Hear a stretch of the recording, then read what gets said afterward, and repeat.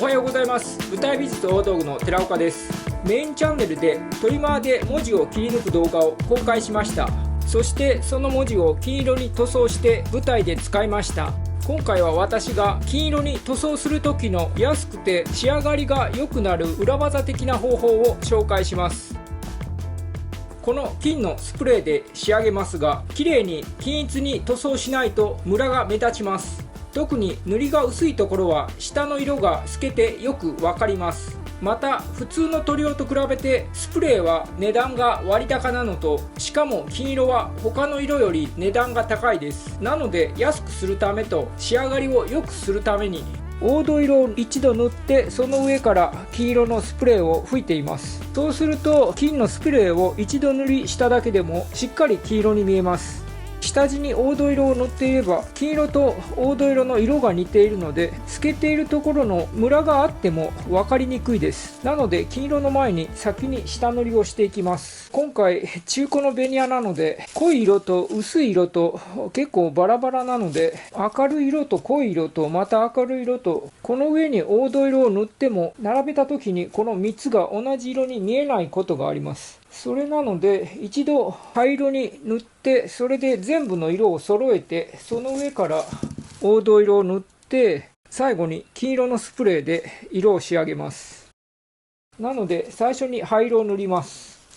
今回同じ形のものなのでぴったり重ね合わせて側面から塗っていきます。こうするといっぺんに塗れて手間がかからないと思います。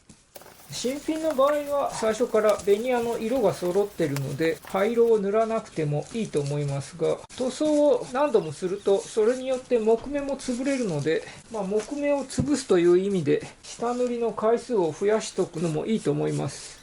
次は X の方を塗っていきます。全部灰色に塗れたのでこれで乾かします。塗料が乾きました。塗装したのでこの辺りが毛羽立っています。これは濡れてベニヤの繊維が持ち上がって、その状態のまま塗装が乾いたので毛羽立ちがこの形のまま固まっています。なので毛羽立ちが目立つとこだけ紙やすりをかけておきます。紙やすりで表面の毛羽立ちも落としたので、こちらの黄土色を塗っていきます。側面が全部塗れたので正面を塗っていきます。多少ムラがありますが、これは下塗りだからそんなに気にしなくていいと思います。あと乾いてもう一度見て、よっぽどひどいムラだけ追加で塗ればいいと思います。塗れたのでこれをこのまま乾かしていきます。こういう風に材料にのせて塗って、このまま乾かす場所に運びます。運んだらまたここに材料を置いて、塗るものを並べてここで塗って、塗れたら運んで、その都度1個ずつ運ぶより手間も省けて、塗ったものも触らないので必要以上に周りも汚れなくていいです。黄土色が乾いたので、いよいよ金色のスプレーで塗装していきます。一回試し拭きします。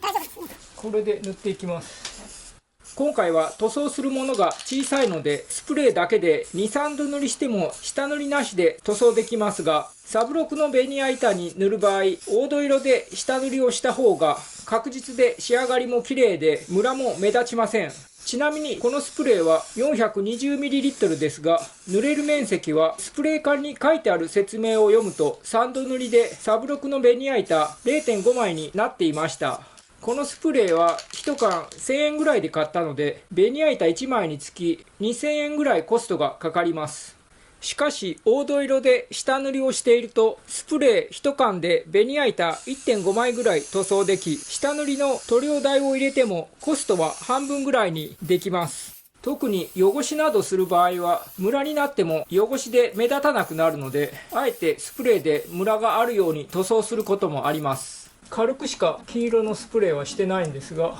いい感じだと思います。よーく見るとムラがあるんですが、下地は黄土色で色が似ているのでしっかり黄色になっていると思います。結構色のノリがいいというか、発色がいい感じになっています。